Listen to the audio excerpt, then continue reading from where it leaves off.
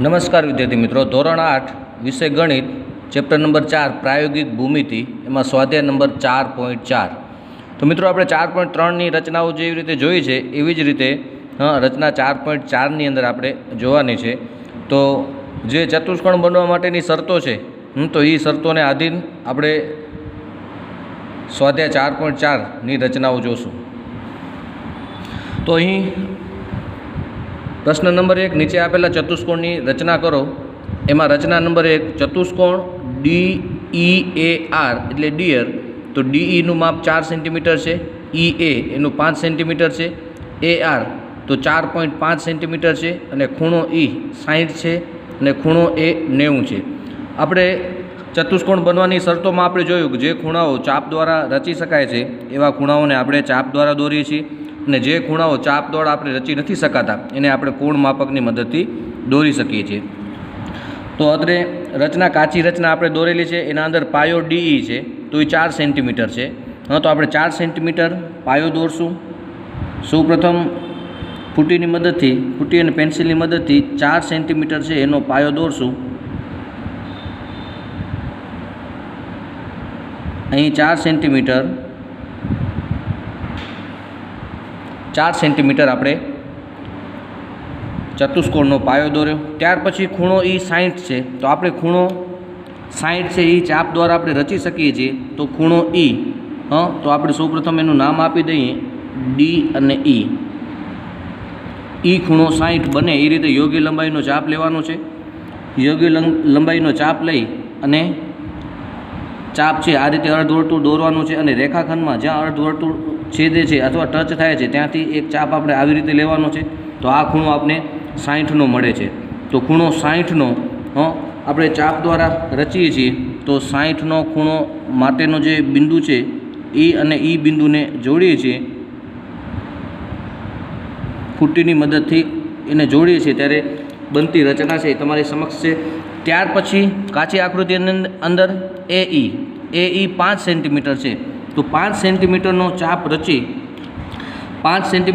ચાપ રચી અને E બિંદુ પાસેથી 5 સેન્ટીમીટર ચાપ લેવાનો છે.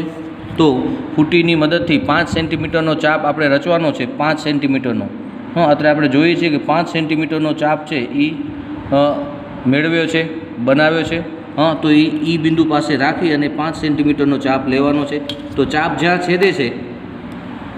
છેદે છે ત્યાં આપણે એને A નામ આપશું. હવે A બિંદુ આપણે અહીં મળી ગયું. હવે એ બિંદુ પાસેથી કાચી આકૃતિમાં આપણે જોઈએ છીએ 90નો ખૂણો બનાવવાનો છે. તો 90નો ખૂણો આપણે ચાપ દ્વારા રચી શકીએ છીએ. તો કેવી રીતે 90નો ખૂણો બનાવવાનો એનું તમારા સામે હું સ્પષ્ટીકરણ કરું છું. તો 90નો ખૂણો દોરવા માટે આપણે પહેલું અર્ધવર્તુળ દોરશું, પણ અર્ધવર્તુળ દોરવા માટે યોગ્ય લંબાઈનો ચાપ લેવાનો છે. યોગ્ય લંબાઈનો ચાપ લઈ અને આ રીતે ચાપ છે એ મૂકવાનો છે.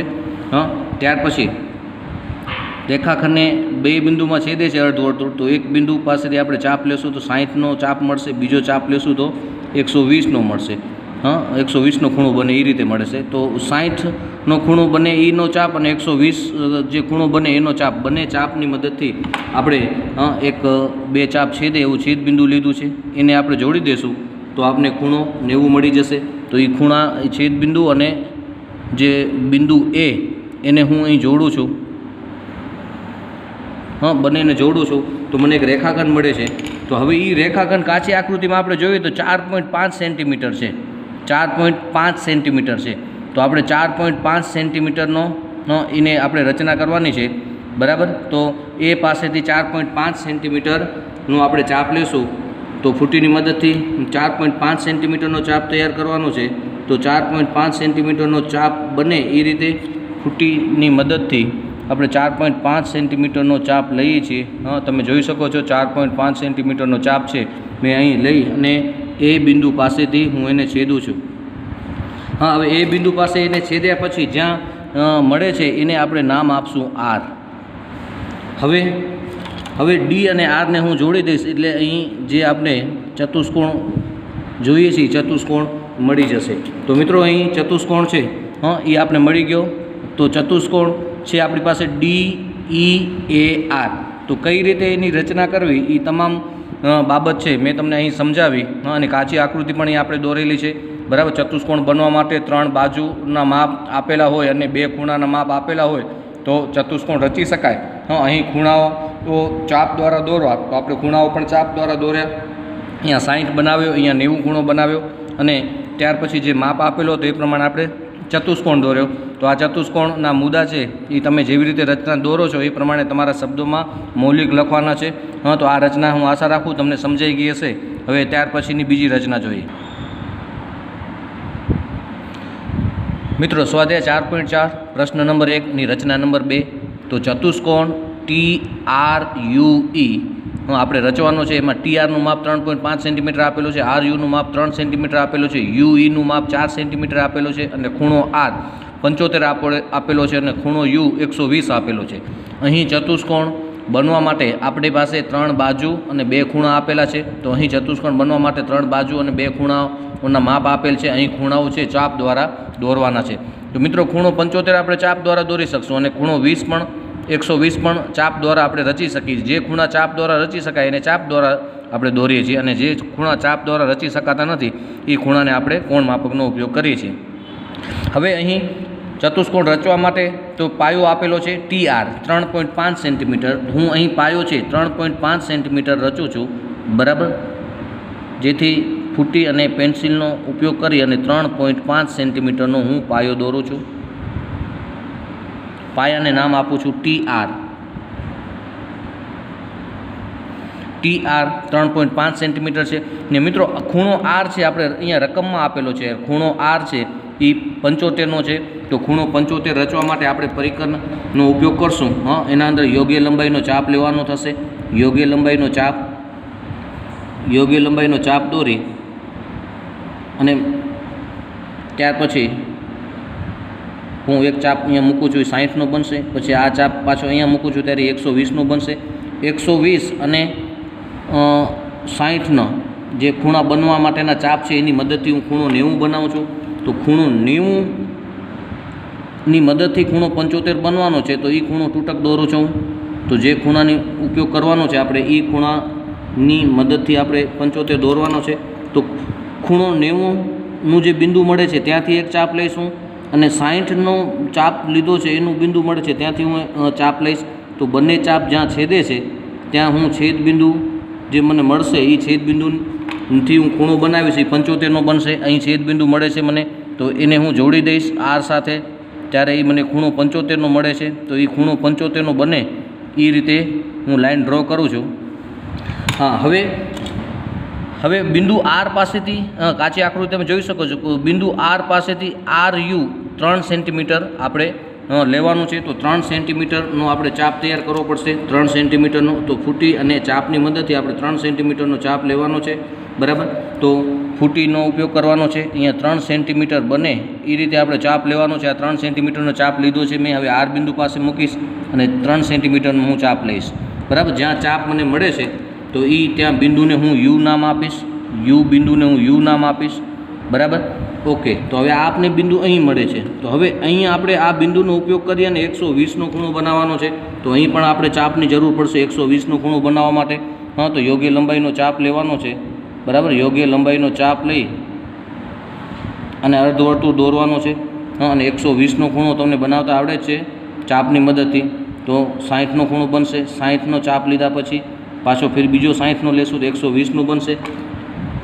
તો 120નો ખૂણો અહીં બને છે. તો એ બિંદુ મળે છે તો 120નો ખૂણો બનશે. તો આપણે U 120 બને એ રીતે આપણે એક રેખાખંડ દોરવાનું છે. તો રેખાખંડ લીધા પછી કાચી આકૃતિમાં જોઈ શકો છો UE 4 સેન્ટીમીટર આપેલો છે. તો 4 સેન્ટીમીટરનો આપણે ચાપ લેવાનો છે. તો 4 સેન્ટીમીટરનો ચાપ આપણે લઈ શકીએ એ રીતે ફૂટીનો ઉપયોગ કરવાનો છે. ફૂટી અને પરિકરનો. તો અહીંયા 4 સેન્ટીમીટરનો ચાપ છે એ તૈયાર થઈ ગયો છે. એ U બિંદુ પાસેથી ચાપ લેવાનો છે અને ચાપ જ્યાં છેદે છે અથવા જ્યાં આપણે મૂકીએ છીએ ચાપ, તો ત્યાં આપણે એને E બિંદુનું નામ આપશું. હવે પરિકરની મદદથી એને જોડી દેવાનો છે. હવે પરિકરની મદદથી આપણે TE રેખાખંડ જોડી દીધો, બરાબર. અને કિરણ બનાવી દેવાનું. તો આ એક રચના બની ગઈ. તમને જે માંગેલ ચતુષ્કોણ હતો એ ચતુષ્કોણ TRUE એ મળી ગયો. એના અંદર 3 બાજુનો માપ આપેલો છે અને 2 ખૂણાના માપ આપેલા હતા. તો એની મદદથી ચતુષ્કોણ રચી શકાય. જે આપણે અગાઉ યાદ રાખવાની બાબતમાં પણ આપણે જોયું હતું કે ચતુષ્કોણ બનવા માટેની શરતો કઈ કઈ છે. તો અહીં 3 બાજુ અને 2 ખૂણાઓ આપેલા હોય તો પણ આપણે ચતુષ્કોણ રચી શકીએ છીએ. તો અહીં આપણે સ્વાધ્યાય 4.4ની અંદર રચના પ્રશ્ન નંબર 1ની રચના બીજી આપણે જોઈ. તો અહીં આપણે સ્વાધ્યાય 4.4 પૂર્ણ થાય છે. હવે સ્વાધ્યાય 4.5ની રચના જોઈએ. મિત્રો, સ્વાધ્યાય 4.5 જે આ પ્રકરણનું છેલ્લું સ્વાધ્યાય છે, તો એની આપણે રચનાઓ જોઈએ. તો નીચે આપેલી રચના કરો. રચના નંબર 1, REનું માપ 5.1 ધરાવતો ચોરસ READ રીડ રચવાનો છે. તો અહીં આપણે નોંધ જોશું કે ચોરસ બનવા માટેની કઈ શરત છે. એટલે કે ચોરસ બનવા માટે આપણે કઈ બાબતો ધ્યાનમાં રાખવાની છે. તો આપણે નોંધમાં મેં લખ્યું છે કે ચોરસ બનવા માટે શરત એ છે કે ચોરસ બધી જ બાજુઓ સરખી હશે અને 4 ખૂણાઓ કાટખૂણાઓ છે તે મુજબ રચના દોરવી. તો હવે આપણે અત્રે જોશું તો આપણે એક બાજુ આપી દીધેલી છે 5.1. તો મિત્રો, આપણે ચોરસમાં બધી બાજુઓ સરખી હશે તો એક બાજુ આપણે 5.1 જે આપણે આપેલી છે રકમમાં, તો એ 5.1ની રચના કરું છું અને ત્યાર પછી ચોરસની બધી બાજુ 5.1 જ હશે. બરાબર. એનું કારણ છે કે ચોરસની બધી બાજુ સરખી હોય છે અને બધા ખૂણા પણ સરખા હોય છે. બરાબર. તો અહીં પાયો છે એ આપણે RE જે 5.1 સેન્ટીમીટર ફૂટીની મદદથી રચી લીધું છે. હવે ત્યાર પછી ચોરસના બધા ખૂણા કાટખૂણા છે. તો આપણે ખૂણો R પણ આપણે કાટખૂણો લેશું. તો ખૂણો કાટખૂણો બનવા માટે આપણે યોગ્ય લંબાઈનો ચાપ લેવો પડશે. યોગ્ય લંબાઈનો ચાપ લઈ અને એની મદદથી 90નો ખૂણો બનાવવાનો છે. 90નો ખૂણો બનવા માટે આપણે અર્ધવર્તુળની અંદર 60નો ચાપ અને 120નો ચાપ એ બંને ચાપનો ઉપયોગ કરી અને એક આપણે છેદબિંદુ મેળવીએ છીએ જે ખૂણો 60 બનવા માટેની એક શરત બને છે.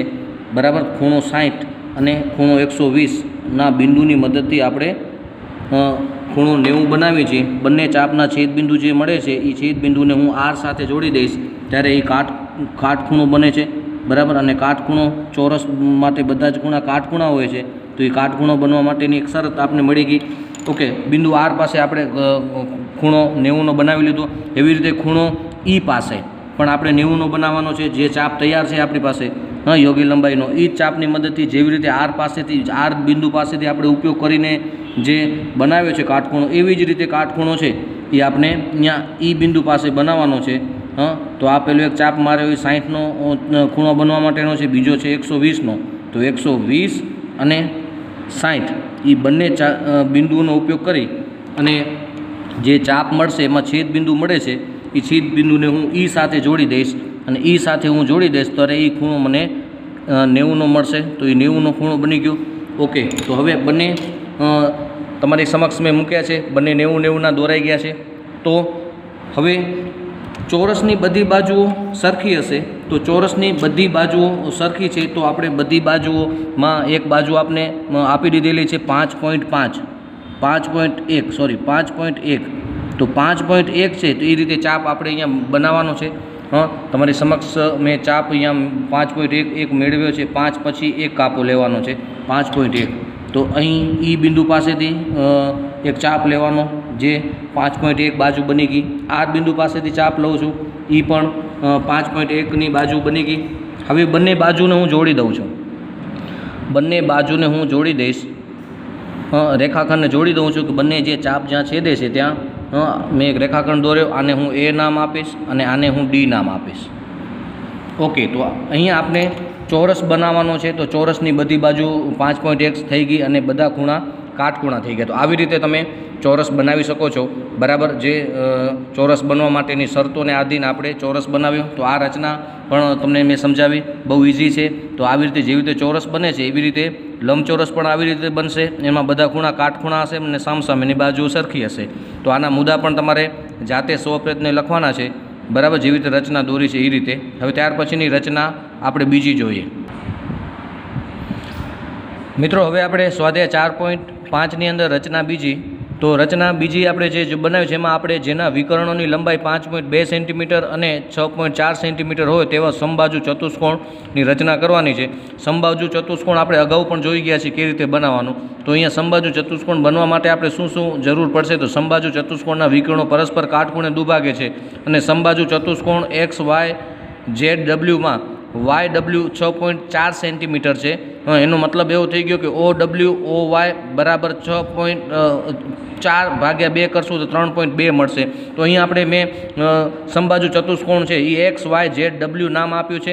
એનો એક વિકર્ણ છે 5.2 સેન્ટીમીટર છે અને બીજો વિકર્ણ છે એ 6.4 સેન્ટીમીટર છે. પરંતુ અહીંયા OY અને OW તો એ 6.4 ને ભાગ્યા 2 કરશું તો આપણે અહીંયા મળશે OY 3.2 મળશે અને OW મળશે 3.2 બરાબર. અહીંયા પણ 3.2 મળશે અને અહીંયા પણ 3.2 મળશે. એટલે અહીંયા પણ હું કાચી આકૃતિમાં પણ 3.2 બતાવું છું અને ઉપર પણ 3.2 બતાવું છું. તો મિત્રો હવે આપણે અહીંયા સૌપ્રથમ XY આપણે કાચી આકૃતિ આપણે જોઈ છે એમાં XY બનાવશું. તો XY છે એ કેટલો છે 5.2. તો 5.2 XY બને એ રીતે આપણે રચના દોરવાની છે. તો 5.2 ફૂટીની મદદથી લાઈન ઉપર દોરીએ છીએ આપણે. તો 5.2 5 અને પછી 2 કાપા આપણે લેવાના છે.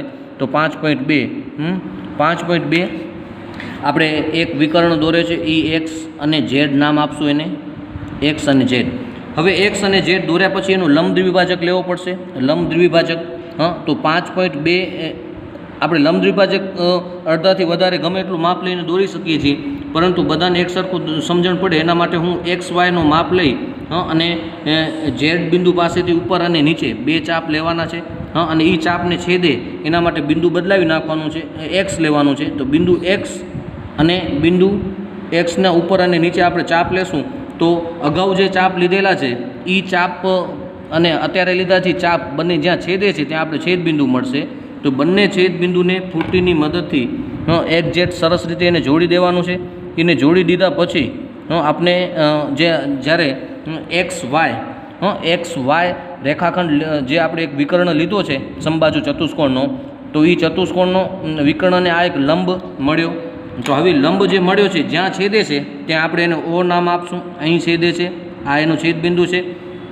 હવે ત્યાર પછી આપણે અહીં જોઈ લીધું કે ઓ વાય અને OW અને OY તો 6.4 તો આખું આપણે વિકર્ણ આપેલું છે ને ભાગ્યા 2 કરશું તો 3.2 મળશે. તો 3.2 બને એ રીતે આપણે ચાપ લેવાનો છે બરાબર. અને ત્યાર પછી આપણે રચના દોરશું.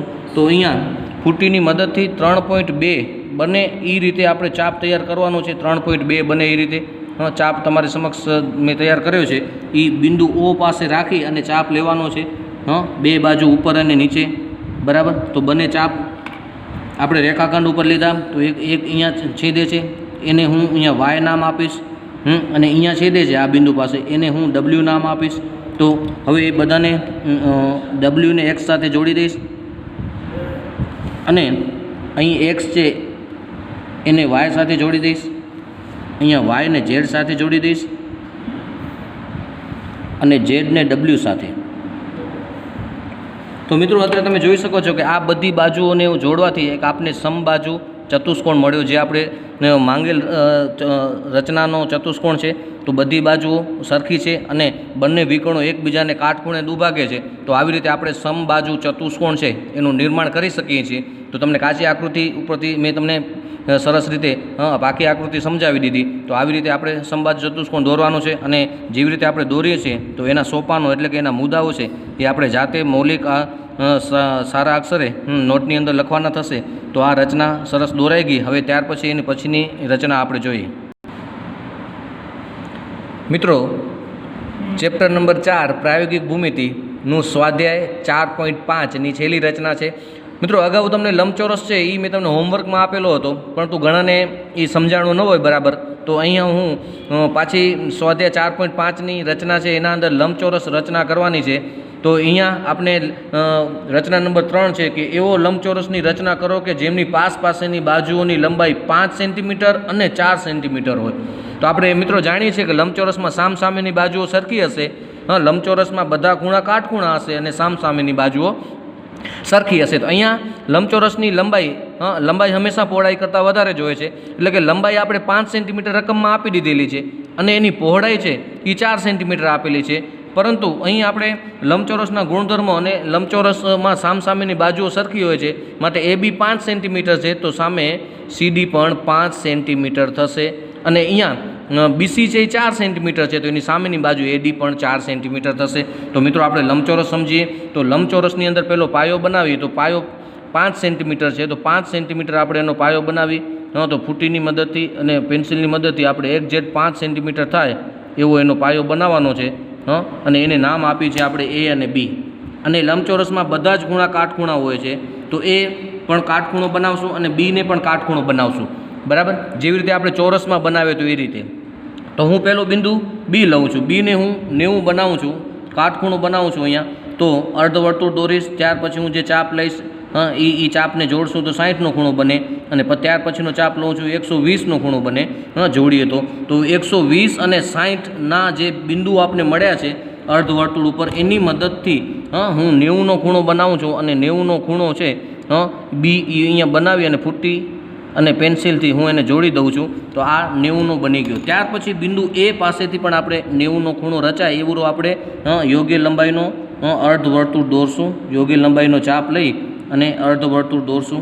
ત્યાર પછી અર્ધવર્તુળ ઉપર 60નો ચાપ લેશું અને 120નો ખૂણો બને એનો ચાપ લેશું.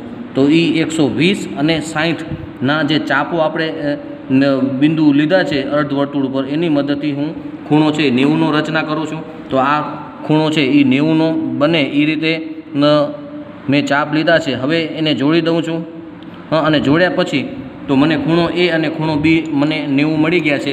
હવે અત્રે પ્રત્યેક બાજુ ચોરસની સમાન હશે, લંબચોરસની પ્રત્યેક બાજુ છે એ સામસામેની બાજુઓ છે એ સરખી હશે, બરાબર.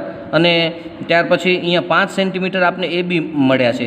અને ત્યાર પછી કાચી આકૃતિમાં જોઈએ તો BC 4 સેન્ટીમીટર છે તો 4 સેન્ટીમીટરનો આપણે ચાપ લેવાનો છે, ચાપ બનાવવાનો છે 4 સેન્ટીમીટરનો. તો અત્યારે તમે જોઈ શકો છો હું 4 સેન્ટીમીટરનો મેં ચાપ છે એ મેં તૈયાર કરી અને એ B બિંદુ પાસેથી હું મૂકું છું, B બિંદુ પાસેથી. અને A બિંદુ પાસેથી પણ હું 4 સેન્ટીમીટરનો ચાપ છે એ મૂકું છું, કારણ કે સામસામેની બાજુઓ સરખી હોય છે. હવે ઉપરના બંને ચાપ જ્યાં છેદે છે રેખાખંડ ઉપર, આ રેખાખંડ ઉપર તેને હું C નામ આપ્યું અને આ રેખાખંડ ઉપર છેદે છે તેને મેં D નામ આપ્યું. તો હવે 4 સેન્ટીમીટરના ચાપ A અને B બિંદુ પાસેથી લીધા અને ઉપર આપને બિંદુ C અને D મળ્યા, એને હું જોડી દઉં છું. મિત્રો એ C અને D બિંદુને હું જોડી દઈશ તો મને અહીંયા આખો એક લંબચોરસ છે એ તૈયાર થઈ ગયો. ABCD લંબચોરસ અહીંયા તૈયાર થઈ ગયો છે, બરાબર. આ વધારાની બાજુ તમે બગાડી શકો છો, જો બગાડવું ન હોય તો અહીંયા અમે આવી રીતે એરો આપી દેવાનો, જેથી રચના આપણી અહીંયા પરિપૂર્ણ થઈ ગઈ. તો મિત્રો સ્વાધ્યાય 4 પ્રાયોગિક ભૂમિતિ આપણું અહીંયા પરિપૂર્ણ થાય છે. તો જે રચનાઓની અંદર મુદ્દાઓ તમને મેં કેવી રીતે લખવાના એ તમને શીખવાડ્યું છે શરૂઆતમાં. ત્યાર પછી તમામ મુદ્દાઓ છે તમારા સ્વપ્રયત્ને રચના જેવી રીતે દોરો છો એવી રીતે મુદ્દા તમે જાતે લખવાના છે. તો અત્રે બધી જ રચનાઓ કેવી રીતે સરસ રીતે દોરાય તો એક એક સ્ટેપ અને એના નિયમ અનુસાર અને તમામ મુદ્દાઓ છે મેં આવરી લીધા છે. તો બધી જ રચનાઓ તો અત્રે તમે એક વખત રફ નોટમાં ને એક વખત પાકી નોટની અંદર તમે દોરજો અને મુદ્દા જાતે લખજો. અને જે રચનાઓ નથી સમજાતી એ વારંવાર દોરજો. તો અહીં આ આખું સ્વાધ્યાયની હું PDF મોકલું છું, તો બધી PDFની અંદર જે હોમવર્કમાં આપેલી રચનાઓ પણ મેં દોરીને મૂકી છે, જેથી તમે એની પણ સમજણ મેળવી અને સરસ રીતે તમે દોરી શકો એવો પ્રયત્ન કરેલો છે. તો અત્યારે હવે આ હું વિડીયો પૂર્ણ કરું છું અને સ્વાધ્યાય પણ અહીં પૂર્ણ થાય છે. તો તમે સરસ રીતે નોટની અંદર લખી નાખજો. એ આશા સાથે આભાર, ધન્યવાદ, થેન્ક યુ.